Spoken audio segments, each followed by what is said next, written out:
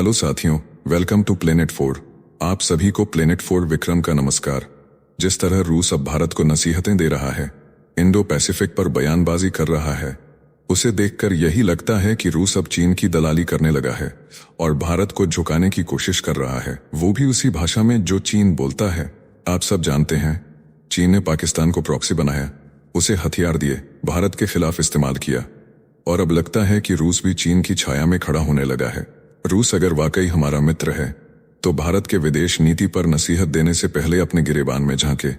हमने तो रूस से कभी नहीं कहा कि तुम चीन के साथ मत उठो बैठो या पाकिस्तान के साथ डील मत करो। यहां तक कि रूस पाकिस्तान में स्टील प्लांट फिर से शुरू कर रहा है, हथियार भी भेज रहा है, लेकिन भारत ने कभी दखल नहीं दिया। और अब जब भारत इंडो पैसिफिक में अपनी भागीदारी निभा रहा है तो रूस कहता है कि इंडो नाम से चीन को तकलीफ होगी, तो पहले साउथ चाइना सी से चाइना शब्द हटाओ। रूस को समझना होगा, भारत अब कोई झुकने वाला देश नहीं है। पश्चिम का डर दिखाकर, चीन को माथे पर बिठाकर अगर रूस ये सोचता है कि भारत चुप रहेगा तो ये उसकी सबसे बड़ी भूल होगी। भारत अब कूटनीति में बच्चा नहीं, विश्व राजनीति में निर्णायक शक्ति बन चुका है और रूस को ये मानना होगा कि जो चीन जासूसी और विस्तारवाद के कारण पूरी दुनिया में लात खा रहा है, उसके प्रवक्ता बनने से रूस भी अपनी विश्वसनीयता गंवा बैठेगा। रोज रोज रूस की तरफ से बयान आता है, पश्चिमी देश, नेटो, अमेरिका भारत का इस्तेमाल कर रहे हैं, भारत को चीन के खिलाफ भड़का रहे हैं। अरे भाई, ये भारत का फैसला है कि हम किसके साथ उठे बैठें, किससे डील करें और किसके साथ रणनीति बनाएं। हम फ्रांस से हथियार खरीदें या जर्मनी से व्यापार करें, ब्रिटेन से समझौता करें या अमेरिका से रक्षा करार करें या फिर नेटो के साथ अपने को तैयार रखें। यह भारत का संप्रभु अधिकार है, इसमें किसी को तकलीफ क्यों? रूस चाहता है कि भारत चीन रूस का गठबंधन मजबूत हो, तो भारत को कोई ऐतराज नहीं, लेकिन फिर यह गठबंधन बिगाड़ा किसने? चीन ही तो है जो गलवान, डोकलाम, अरुणाचल, लद्दाख में बार बार घुसपैठ करता है, भारत की छाती पर वार करता है और रूस चुप्पी साध लेता है। कभी रूस खुलकर ये क्यों नहीं कहता कि चीन भारत को उकसाना बंद करे, पाकिस्तान में भारत के खिलाफ जो गेम खेल रहा है उस पर रोक लगाए। चीन तो संयुक्त राष्ट्र में खुलेआम पाकिस्तानी आतंकियों को वीटो देकर बचाता है और तब भी रूस शांति की रटी रटाई लाइन बोलकर बच निकलता है। जब भारत ने पहलगाम हमले के बाद ऑपरेशन सिंदूर में कार्रवाई की तो रूस की जुबान से समर्थन के दो शब्द भी नहीं निकले, सिर्फ वही घिसा पिटा बयान, हम शांति चाहते हैं।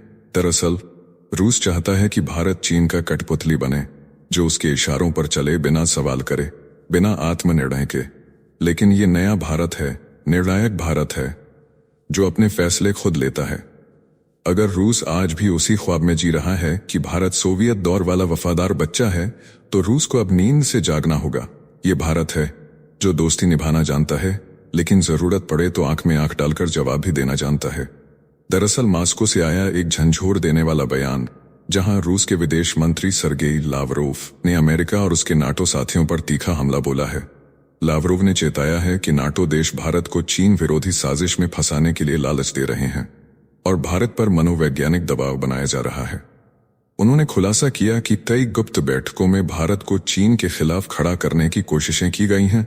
देखिए, नाटो को लेकर रूस की चेतावनी कुछ हद तक सही है। अमेरिका और पश्चिमी देशों की यूज एंड थ्रो पॉलिसी दुनिया ने देखी है और यूक्रेन इसका सबसे बदनसीब उदाहरण बनकर सामने आया है। कोई इनकार नहीं कर सकता कि नाटो की दोस्ती अक्सर वक्ती होती है, लेकिन अब भारत की सोच साफ है, न हम नाटो में शामिल होंगे न किसी के गुलाम बनेंगे। ये बात कई बार विश्लेषणों और रणनीतिक दस्तावेजों में साफ हो चुकी है। पर हाँ, चीन को लगाम लगाने के लिए भारत को पश्चिमी देशों के साथ गहरी रणनीतिक साझेदारी की जरूरत है, क्योंकि अगर हम सिर्फ रूस पर निर्भर रहेंगे तो अपने सारे फैसलों की चाबी रूस के हवाले कर देंगे। और सच्चाई तो यही है, आज रूस खुद चीन के सामने कमजोर हो चुका है। वो रूस नहीं रहा जो कभी चीन को आंखें दिखाता था। अब चीन रूस पर भारी है, हर मंच पर। भारत अभी स्थिति में नहीं है कि वो अकेले चीन से टकरा सके। इसलिए हमें पश्चिमी देशों के हथियार, टेक्नोलॉजी, गाइडेंस और कूटनीतिक कंधे की जरूरत है। और अगर भारत ये सब करता है तो रूस को इसमें कोई दखल नहीं देना चाहिए, क्योंकि रूस को ये समझना होगा कि भारत अब संतुलित विदेश नीति चला रहा है और ये नया भारत न किसी के खेमे में जाएगा, न किसी की छाया में बैठेगा। भारत अब एक तटस्थ शक्ति नहीं, एक निर्णायक वैश्विक ताकत है। और अगर रूस आज भी यही चाहता है कि भारत केवल उसके भरोसे जिए, तो वो अपने सबसे करीबी मित्र को खोने की तरफ बढ़ रहा है।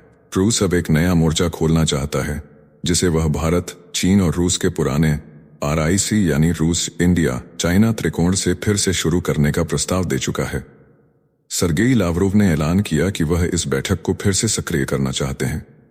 उनका दावा है कि भारत और चीन के बीच अब एक नया समझ का दौर शुरू हो रहा है। लावरोव का कहना है कि सीमा विवादों पर भारत और चीन अब हल निकालने के करीब हैं। यह बयान ऐसे समय पर आया है जब भारत और पाकिस्तान के बीच सीमित युद्ध के दौरान चीन के हथियारों का जमकर इस्तेमाल हुआ। चे-80 फाइटर जेट और PL-15 मिसाइलों के जरिए पाकिस्तान ने भारत पर हमले की कोशिश की, लेकिन भारत की राफेल स्क्वाड्रन ने मैदान में जीत हासिल की। जो लोग सोचते हैं कि हालिया ऑपरेशन सिर्फ भारत और पाकिस्तान के बीच की जंग थी, वो बहुत बड़ी गलती कर रहे हैं। असल में ये चीन और अमेरिका के छुपे एजेंडे की लड़ाई थी, जिसमें पाकिस्तान सिर्फ एक किराए का खिलाड़ी बना हुआ है। चीन चाहता है कि भारत पाकिस्तान में उलझा रहे, ताकि भारत अपनी असली ताकत, अपनी उन्नति, अपने मिशन से भटक जाए। और पाकिस्तान, वो तो खुद कंगाल हो चुका है। उसके पास खोने को कुछ नहीं, उसे बस एक ही काम आता है, भारत को नुकसान पहुंचाओ और दुनिया से फंड ले लो। संयुक्त राष्ट्र से लेकर हथियारों तक चीन उसका संरक्षक बना बैठा है, और अमेरिका भी चुपचाप अपनी चालें चला रहा है, क्योंकि दोनों चाहते हैं कि पाकिस्तान जिंदा रहे, सिर्फ इसलिए ताकि भारत को परेशान किया जा सके। जब भारत ने ऑपरेशन सिंदूर के दौरान पाकिस्तान के भीतर घुसकर करारा हमला किया और ऐसा लगा कि इस बार बड़ा भूभाग भारत के नियंत्रण में आ जाएगा, तभी डोनाल्ड ट्रंप कूद पड़े सीज फायर का क्रेडिट लेने। हालांकि भारत ने उनकी इस बचाव राजनीति को लगातार नजरअंदाज किया, लेकिन सच्चाई साफ है, चीन और अमेरिका दोनों नहीं चाहते कि पाकिस्तान खत्म हो, क्योंकि अगर पाकिस्तान खत्म हुआ तो उनके पास भारत को रोकने का कोई जरिया नहीं बचेगा। पूरी दुनिया जानती है, आने वाले 10 सालों में भारत वो महाशक्ति बनने जा रहा है जिससे चीन की कमर और अमेरिका का घमंड दोनों टूटने लगेंगे। भारत अब सिर्फ ताकतवर नहीं, खतरनाक तेजी से उठता हुआ वो सूरज है, जिसकी रोशनी में चीन और अमेरिका की चालें पिघल जाएंगी। लावरोव ने भरोसा जताया है कि भारत नाटो और पश्चिमी देशों के इन चालों को भांप चुका है। उन्होंने कहा कि उन्हें अपने भारतीय दोस्तों पर पूरा भरोसा है और नाटो की यह रणनीति किसी बड़े भड़कावे का हिस्सा है। उनका दावा है कि अब वक्त आ गया है जब RIC यानी रूस, इंडिया, चाइना के नेता एक बार फिर एक मंच पर आए और दुनिया को दिखाएं कि एशिया की एकता ही सबसे बड़ी शक्ति है। अब देखिए, भारत अब 2 राहों पर खड़ा है, एक तरफ नाटो का प्रलोभन, दूसरी तरफ रूस और चीन की दोस्ती। वक्त बताएगा भारत किसके साथ जाता है। भारत में सबसे बड़ा सवाल बार बार यही उठता है, आखिर भारत चीन पर भरोसा करे भी तो कैसे, क्योंकि भरोसा तो उसके DNA में ही नहीं है और धोखा देना उसकी राष्ट्रीय नीति बन चुकी है। जिस देश की डिक्शनरी में पहला शब्द धोखा हो, वो कभी भरोसे के लायक बन ही नहीं सकता। गलवान में दोस्ती की बात करके पीठ पर वार, डोकलाम में समझौता करके फिर घुसपैठ, अरुणाचल को नाम बदलकर अपना बताकर हर बार आग लगाना, यही है चीन का चालबाज चेहरा, यही है उसका चरित्र। भारत ने बहुत बार भरोसा किया, लेकिन हर बार धोखा मिला। इसी बीच देश के अंदर घुसपैठ कर रहे चीनी CCTV कैमरों पर अब भारत सरकार ने बड़ा प्रहार किया है। अप्रैल से लागू हुए नए नियमों के तहत चीन की हाइकविजन, शाओमी, दाहुआ, दक्षिण कोरिया की हानवा और अमेरिका की मोटोरोला सॉल्यूशंस जैसी कंपनियों को अपने हर कैमरे को भारतीय सरकारी लैब में टेस्ट कराना अनिवार्य कर दिया गया है। नियम के मुताबिक अब कोई भी इंटरनेट से जुड़ा कैमरा बिना सॉफ्टवेयर, हार्डवेयर और सोर्स कोड की जांच के बाजार में नहीं आ सकेगा। पिछले वर्ष एक रिपोर्ट में खुलासा हुआ था कि चीनी कंपनियों के जरिए भारत की जासूसी की जा रही है। यह खतरा सिर्फ काल्पनिक नहीं बल्कि हकीकत बन चुका है। पूर्व साइबर सुरक्षा प्रमुख गुलशन राय ने भी चेताया कि ऐसे कैमरे दूर से कंट्रोल किए जा सकते हैं, जिससे डेटा विदेशी सर्वरों पर चला जाता है। सरकारी आंकड़ों के अनुसार दिल्ली में ही 2,50,000 से ज्यादा कैमरे लगे हैं और करीब 10 लाख कैमरे सरकारी संस्थानों में चीनी कंपनियों के हैं। अब सरकार ने हर कैमरे की जांच अनिवार्य कर दी है, जिससे चीन की जासूसी चालों पर ब्रेक लग सके। यह फैसला देश की डिजिटल सुरक्षा को अभेद्य किला बनाने की दिशा में एक बड़ा कदम है। उधर ऑपरेशन सिंदूर के दौरान पाकिस्तान को मिले चीनी सैन्य समर्थन ने भारत चीन संबंधों को बर्फीली खाई में ढकेल दिया था। लेकिन अब खबर है कि प्रधानमंत्री नरेंद्र मोदी जुलाई में ब्राजील में होने वाले ब्रिक्स सम्मेलन के दौरान चीन के राष्ट्रपति शी जिनपिंग से मिल सकते हैं। यानी दुश्मन के दोस्त से भी मुलाकात संभव है। चीन ने पहलगाम आतंकी हमले के बाद पाकिस्तान को हर मौसम का साथी बताया और लश्कर से जुड़े संगठन TRF को बचाने की कोशिश की। यही नहीं, चीन ने पाकिस्तान एयरफोर्स को J-35 stealth fighter jet, TL-15 air to air मिसाइलें और सैटेलाइट इंटेलिजेंस तक मुहैया कराई। उधर वॉशिंगटन से आई इस खबर ने दुनिया की सांसें रोक दी हैं। अमेरिका ने एक झटके में फैसला लिया है कि वह अब उन तमाम चीनी छात्रों का वीजा रद्द करेगा जिन पर कम्युनिस्ट पार्टी से संबंध रखने का शक है। अमेरिकी विदेश मंत्री मार्को रूबियो ने कहा है कि यह कदम राष्ट्रीय सुरक्षा के लिए जरूरी है। इस फैसले से उन चीनी छात्रों में हड़कंप मच गया है जो अमेरिका की यूनिवर्सिटियों में तकनीकी शिक्षा हासिल कर रहे थे। अमेरिका का आरोप है कि कम्युनिस्ट पार्टी इन छात्रों के जरिए संवेदनशील जानकारियां चुराने की कोशिश कर रही है। कृत्रिम बुद्धिमत्ता, क्वांटम कंप्यूटिंग और सुपर टेक्नोलॉजी जैसे क्षेत्रों में चीन की जासूसी रोकना अब अमेरिका की प्राथमिकता है। चीन ने इस पर नाराजगी जताते हुए कहा है कि यह फैसला अमेरिका की अंतर्राष्ट्रीय छवि को खराब करेगा। बीजिंग ने कहा है कि यह कदम अमेरिका की विश्वसनीयता पर सवाल खड़े करता है, लेकिन अमेरिका झुकने के मूड में नहीं है। ट्रंप प्रशासन ने तो हद पार करते हुए छात्रों के सोशल मीडिया पोस्ट तक की जांच शुरू कर दी है। अमेरिकी यूनिवर्सिटियों को अब भारी आर्थिक नुकसान होने का खतरा है, क्योंकि वर्ष 2023-24 में ही चीनी छात्रों ने लगभग $14 अरब की फीस भरी थी। लेकिन अब जब वीजा रद्द होंगे तो न पढ़ाई बचेगी न कमाई। यह पूरा मामला अब अमेरिका और चीन के रिश्तों को नए मोड़ पर ले जाने वाला है। शिक्षा से लेकर सुरक्षा तक हर मोर्चे पर जंग शुरू हो चुकी है। उधर देखिए, अमेरिका के साथ पूरा यूरोप एक मोर्चे पर खड़ा हो रहा है और ये दृश्य देखकर रूस के माथे पर पसीना साफ नजर आने लगा है। उसे अब डर है कि अगर विश्व युद्ध जैसी स्थिति बनी तो भारत अगर अमेरिका की तरफ चला गया तो चीन और रूस की हार तय है। इसी डर से अब चीन और रूस दोनों मिलकर भारत को गठबंधन में शामिल करने की कोशिश कर रहे हैं, ताकि अगर जंग छिड़े तो भारत चीन के पक्ष में खड़ा नजर आए, न कि पश्चिमी खेमे के साथ। क्योंकि जिस पक्ष में भारत होगा उसी का पलड़ा भारी होगा। भारत जिस खेमे में खड़ा होगा जीत की दिशा उसी ओर झुकेगी। जर्मनी द्वारा लिथुआनिया में 4800 सैनिकों की तैनाती से रूस भड़का है। यह कदम रूस को चुनौती देने वाला माना जा रहा है, क्योंकि यह क्षेत्र पहले सोवियत संघ का हिस्सा था। जंग की आग अब और भी भड़क चुकी है। जर्मन चांसलर फ्रेडरिक मर्ज ने यूक्रेन को मिसाइल तकनीक देने का ऐलान कर दिया है। अब यूक्रेन खुद अपनी लंबी दूरी की मिसाइलें बनाएगा और रूस के भीतर गहरे तक मार करेगा। यह वही हथियार होंगे जिन पर अब तक पश्चिमी पाबंदियां लगी थीं, लेकिन अब मर्ज ने खुद ऐलान किया है कि इन मिसाइलों के लक्ष्य पर कोई रोक नहीं होगी। 3 वर्षों से जारी इस युद्ध में अब तक दिए गए हथियारों पर सीमा तय थी, लेकिन मर्ज ने साफ कर दिया है कि अब रूस को अंदर तक झकझोरने की जरूरत है। यह ऐलान जैसे ही हुआ वैसे ही रूस की ओर से सीधी वार्ता का प्रस्ताव भी आ गया। रूसी विदेश मंत्री सर्गेई लावरोव ने कहा कि 2 जून को इस्तांबुल में एक नई शांति वार्ता हो सकती है। इस बीच डोनाल्ड ट्रंप ने ओवल ऑफिस से एक बड़ा बयान दे डाला। ट्रंप ने कहा कि वह रूस पर फिलहाल कोई नया प्रतिबंध नहीं लगाएंगे, क्योंकि वह शांति वार्ता में रुकावट नहीं डालना चाहते। उन्होंने कहा कि आने वाले 2 हफ्तों में उन्हें पता चल जाएगा कि रूस युद्ध खत्म करना चाहता है या नहीं। अब देखिए, चाहे रूस भारत को जितनी भी नसीहतें दे, पर अगर वक्त आया कि भारत को अमेरिका और रूस में से किसी एक को चुनना पड़ा तो 70% भारतीय बिना झिझक रूस को चुनेंगे। क्यों? क्योंकि रूस एक ट्रायड एंड टेस्टेड दोस्त है।